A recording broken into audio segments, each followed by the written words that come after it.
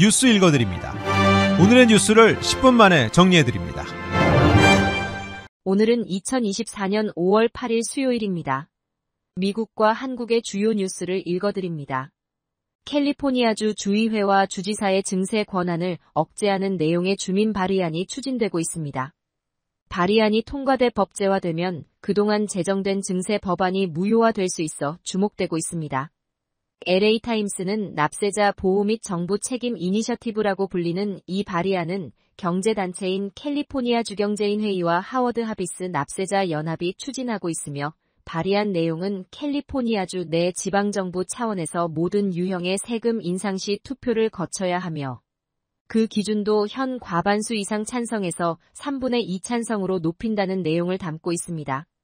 이에 더해 이 발의안에는 지역정부가 정부 서비스가 아닌 재정 적자를 줄이기 위한 목적으로 세금을 걷는 것을 제한한다는 내용도 포함됐는데 만약 이 발의안이 주민투표에 붙여져 통과될 경우 소급 적용이 가능해 지난 2022년 1월 1일 이후 승인된 많은 지방 및 주 세금 인상안을 되돌릴 수 있게 됩니다.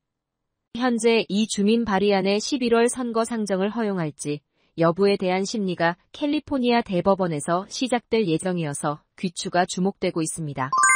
지난 3월 초 대선 후보에서 사퇴한 니키 헤일리 전 유엔 대사가 형식상 치러진 인디애나주 공화당 경선에서 20%가 넘는 득표율을 기록해 주목되고 있습니다. 헤일리 전 대사는 어제 치러진 공화당 프라이머리에서 약 12만 8천 표를 얻어 전체의 득표율의 21.7%를 차지했습니다. 트럼프 전 대통령은 3월 단독 후보가 되면서 당내 후보직을 굳혔지만 각 주별 경선은 형식상으로나마 계속 치러지고 있습니다. 인디애나주 경선에서는 헤일리 전 대사가 이미 사퇴한 상황임에도 헤일리 전 대사의 득표는 트럼프 전 대통령이 헤일리 전 대통령 지지 세력을 충분히 흡수하지 못했다는 의미로 해석되고 있습니다. 도널드 트럼프 전 대통령의 성추문 입막음 돈 의혹 사건 형사재판의 핵심 증인이자 돈을 받은 당사자인 전직 성인 영화 배우가 어제 법정에 출석해 트럼프 전 대통령과의 만남과 입막음 돈을 받은 사실을 증언했습니다. 트럼프 전 대통령은 지난 2016년 대선 직전 데니얼스와의 과거 성관계 폭로를 막기 위해 개인 변호사 마이클 코언을 통해 13만 달러를 지급한 뒤 그 비용과 관련된 회사 기록을 조작한 혐의로 재판에 넘겨졌습니다.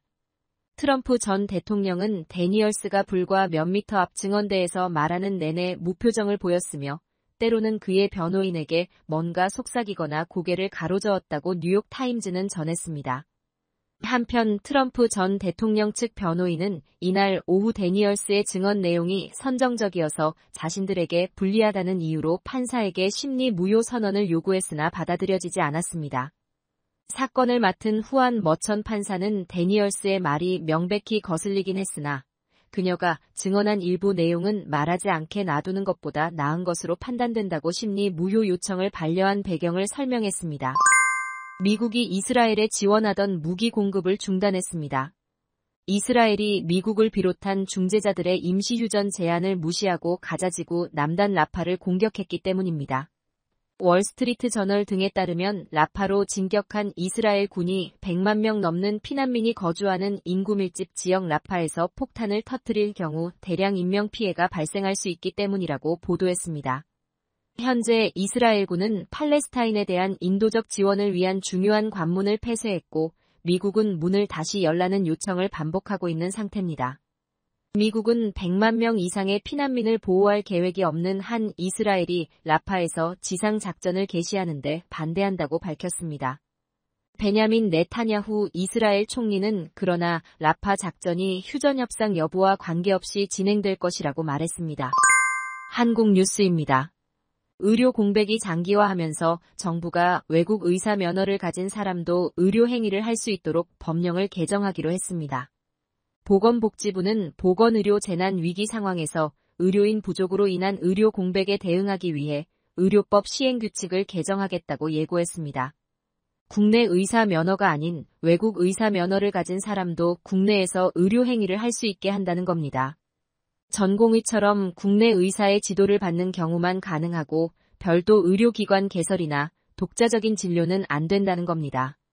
전공의 이탈 상황이 장기화할 경우 의료 공백에 대응하기 위한 것으로 풀이됩니다. 의료계는 곧바로 반발했습니다. 의사협회는 무분별한 외국인 의사 진료 허용은 결국 국민의 건강권을 위협하는 일이라면서 정부가 일방적이고 무리한 의대 증원을 추진해 의료대란을 야기했다고 비판했습니다. 윤석열 대통령의 장모 최은순 씨가 형기를 2달 남기고 가석방 적격 판정을 받았습니다. 윤석열 대통령의 장모 최은순 씨는 지난해 7월 은행 잔고 증명서 위조 사건 항소심 선고 당일 징역 1년형을 선고받고 법정 구속돼 구치소에서 복역해왔습니다. 11월 대법원에서 형이 확정됐는데 법무부 가석방 심사위원회가 만기 출소를 2달가량 앞두고 최 씨에 대해 만장일치로 가석방 적격 판정을 내렸습니다. 지난 2월 가석방 심사에서 부적격 판정을, 지난달엔 심사 보류 판정을 받았는데 3번째 만에 심사를 통과한 겁니다. 민주당은 법무부가 대통령 장모에게 따뜻한 어버이날 선물을 보냈다며 윤석열 정부의 공정과 상식은 조롱거리로 전락했다고 비판했습니다.